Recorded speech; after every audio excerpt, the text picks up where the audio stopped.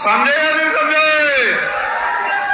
उस नेता पे कब तक करोगे भरोसा जो जालिम को बताता है गरीबों का मसीहा, जो कहता है कि हम सरकार के आभारी हैं, उस सरकार के आभारी हैं जिस सरकार ने हमारे लोगों की खाल खींच ली, जिस सरकार ने हमारे अधिकारी कर्मचारियों को खून के आंसू रोने का काम मजबूर किया, जिस सरकार ने हमारे घरों पे बुलडोजर चलाया, जिस सरकार ने हमारी मस्जिदों को, दरगाहों को, खानकाहों को, हमारे धार्मिक स्थलों को फतेहपुर में, और अगर कोई आंदोलन करने आया तो लाठियों से पीट के जेल में भेजने का काम किया। जो चंद्रशेखर जी की अपनी सोच निकल कर आ रही है, इससे उनका एक नया चेहरा निकल कर सामने आया। चंद्रशेखर जी ने जिस समय बदर अली की पार्टी में ज्वाइनिंग कराई, तो इस मामले में मेरठ के वरिष्ठ नेता बदर अली के साथ, जो कि 2021 में समाजवादी से निष्कासित किए गए थे।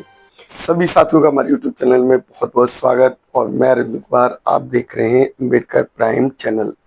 साथियों, 9 अक्टूबर की रैली, मायावती जी की उस रैली के कारण देश के अंदर चर्चा का विषय बना हुआ है, और उत्तर प्रदेश की राजनीति में कहें तो समाजवादी, बीजेपी या जो है कांग्रेस, और उसके बाद जो सबसे ज्यादा असर डालने वाला जो उनका भाषण रहा आजाद समाज पार्टी पर।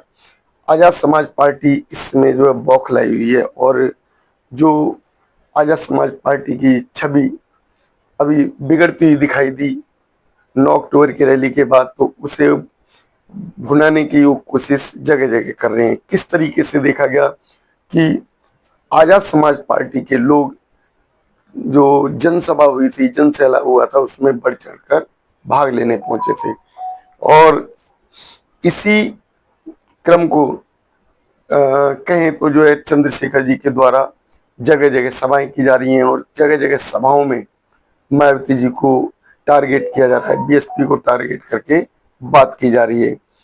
और इसी बीच में चंद्रशेखर जी जो पार्टी के अंदर लोगों की ज्वाइनिंग भी करा रहे हैं, और उस ज्वाइनिंग में वो किस तरीके से आपा खोते हुए दिखाई दे रहे हैं, किस तरीके से वो नासमझी का परिचय दे रहे हैं, ये उस समय खुलासा हुआ जब अभी फिलहाल की मेरठ की एक जनसभा उन्होंने आयोजित की, और उस जनसभा में मुस्लिम समाज और दलित समाज भी आया।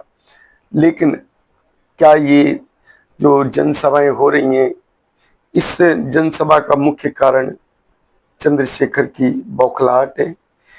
क्या चंद्रशेखर अपनी समझ खोते जा रहे हैं? क्या पार्टी का जो है अपना जो स्टेटस है उसे बर्बाद करने में लगे हुए हैं? तो अगर बात की जाए तो उस जनसभा में जो आयोजन का मुख्य जो उद्देश्य रहा, वो उद्देश्य था बदर अली की सदस्यता। बदर अली की बात की जाए तो मेरठ के बदर अली, जो कि समाजवादी पार्टी के सदस्य थे, और समाजवादी पार्टी के वो पदाधिकारी जिसको समाजवादी पार्टी ने, या अर्थात अखिलेश ने, पार्टी से निकाल दिया, और निकालने के बाद बदर अली को जो ज्वाइनिंग कराई आजाद समाज पार्टी में चंद्रशेखर जी के द्वारा, जैसा कि देखा जा रहा है। अब बात की जाए बदर अली कौन है, आखिर बदर अली है कौन? बदर अली मेरठ का रहने वाला वो व्यक्ति जिसके ऊपर 22 मुकदमे लागू, और 22 मुकदमे अगर बात की जाए तो 22 मुकदमों की बात की जाए तो 22 गैंगस्टर मुकदमे हैं, और गैंगस्टर कहें तो हमारे जो कानूनी प्रक्रिया का एक कुख्यात अपराधी, और कुख्यात अपराधी की बात की जाए तो जो बदर अली है वो एक क्रिमिनल बैकग्राउंड से संबंध रखता है, और बदर अली के क्रिमिनल बैकग्राउंड में होने के कारण भी आज जो समाजवादी पार्टी ने उनको अपनी पार्टी से निकाल दिया, और चंद्रशेखर जी ने उनको अपनी पार्टी ज्वाइन कराई। अब पार्टी तो ज्वाइन कराई, लेकिन उनके ऊपर उन्होंने इतने मुकदमे होने के बावजूद, उनकी बैकग्राउंड को जानने के बाद उन्होंने पार्टी क्यों ज्वाइन कराई? क्या उनका जो है इस समय मकसद केवल पार्टी में लोगों की सदस्यता ग्रहण कराना है? क्या पार्टी को जो पैसे की जरूरत है तो इस तरीके से जो क्रिमिनल हैं वो धन देंगे? क्या पार्टी का जो है जो स्टेटस है, साहब कांशीराम जी का नाम लेकर वो चलते हैं, क्या कांशीराम जी ने ऐसा कभी किया होगा? ये तो सभी लोग जानते होंगे। लेकिन आज जिस तरीके से देखा जा रहा है कि 9 अक्टूबर की रैली के बाद जो सबसे बड़ा असर जो पड़ा है वो चंद्रशेखर पर पड़ा है, आजाद समाज पार्टी पर पड़ा है। किस तरीके से आजाद समाज पार्टी, चंद्रशेखर जो कि वो बौखलाहट में इस तरीके के कदम उठा रहे हैं जो आने वाले समय में पार्टी को नुकसान पहुंचाएंगे। किस तरीके से आजाद समाज पार्टी के अंदर जो क्रिमिनल्स उनकी एंट्री की जा रही है, किस तरीके से वो क्रिमिनल्स जो कि पार्टी में आने के बाद और पार्टी की छवि को खराब करेंगे। तो देखा ये जा रहा है कि आजकल जो चंद्रशेखर हैं वो सबसे ज़्यादा जो टारगेट कर रहे हैं मायावती जी पर। मायावती जी की बात की जाए तो मायावती जी बीएसपी सुप्रीमो, जिन्होंने चंद्रशेखर जी के ऊपर कुछ ऐसे कमेंट्स भी कर दिए जो कि उनके चरित्र को प्रदर्शित करते हैं।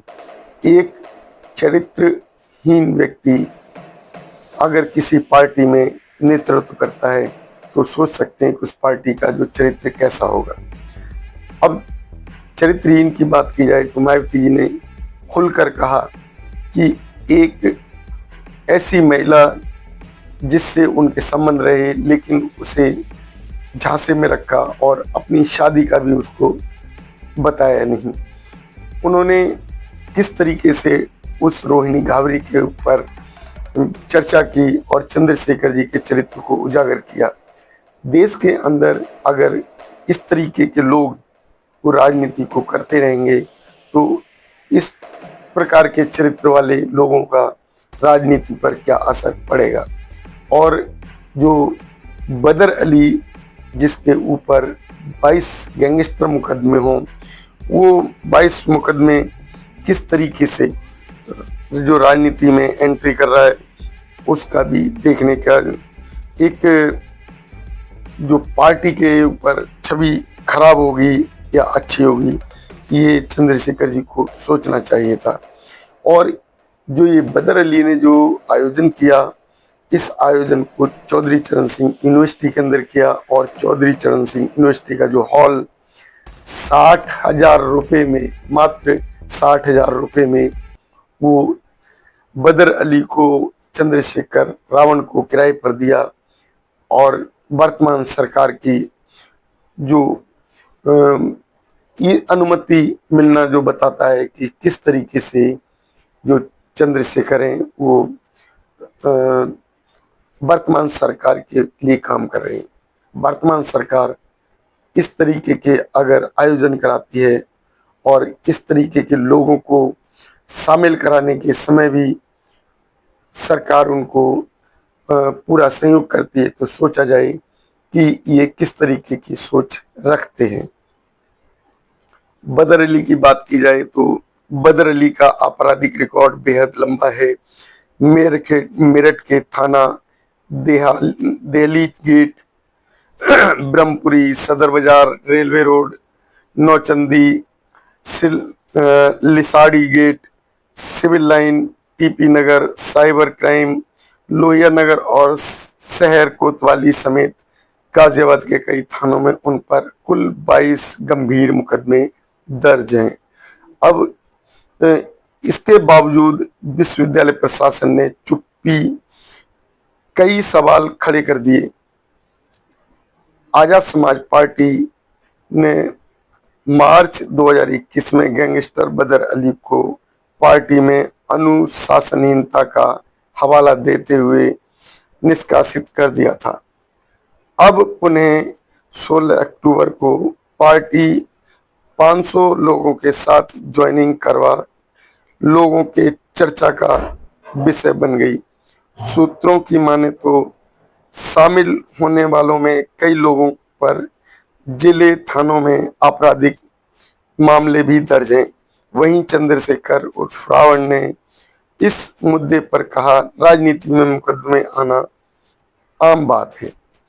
तो अब सोचिए किस तरीके से चंद्रशेखर जी एक गैंगस्टर को एंट्री कराते हैं और उसके लिए क्या कहते हैं कि मुकदमे जो राजनीति में आम बात है, वो मुकदमों को भी कोई अहमियत नहीं देते। और जिस समय ये आयोजन खत्म हुआ, पत्रकारों ने जो चंद्रशेखर के इंटरव्यू के लिए एक संयुक्त गोष्ठी, संयुक्त वार्ता के लिए आयोजन रखा था और उस आयोजन में पत्रकार इंतजार करते रहे, लेकिन चंद्रशेखर पतली गली से निकल गए। अब किस तरीके से मीडिया का अपमान किया गया, और इसमें सबसे बड़ा जो अपमान हुआ बाबा साहब अम्बेडकर, गौतम बुद्ध और साहब कांशीराम जी का। जब अपनी प्रतिमाएं बड़ी बड़ी बना ली, उनके साथ में छोटे छोटे फोटो रख दिए गए बाबा साहब के, कांशीराम जी के और गौतम बुद्धा के। तो सोचिए क्या बदर अली, चंद्रशेखर इन छोटी छोटी प्रतिमाओं से बड़े हो गए? क्या इनका पद, चंद्रशेखर जी का पद, बदर अली का पद, बाबा साहब, कांशीराम और गौतम बुद्धा जी इनसे बड़ा हो गया? क्या अपने आप को ये जो राजनीति का जो दृष्टिकोण है वो बता देता है कि किस तरीके की सोच रखने वाला व्यक्ति है? तो क्या ये जो इनके पोस्टर हैं ये बताते हैं कि किस तरीके से ये पार्टी का अपना जो है स्टेटस है, किस तरीके से जो चंद्रशेखर जी की अपनी सोच निकल कर आ रही है, इससे उनका एक नया चेहरा निकल कर सामने आया। चंद्रशेखर जी ने जिस समय बदर अली की पार्टी में ज्वाइनिंग कराई, तो इस मामले में मेरठ के वरिष्ठ नेता बदर अली के साथ, जो कि 2021 में समाजवादी से निष्कासित किए गए थे, हजारों नए साथियों के साथ बहुजन समाज पार्टी को छोड़कर आजाद समाज पार्टी की सदस्यता ग्रहण कर बहुजन महापुरुषों के आंदोलन को कई मजबूती प्रदान की।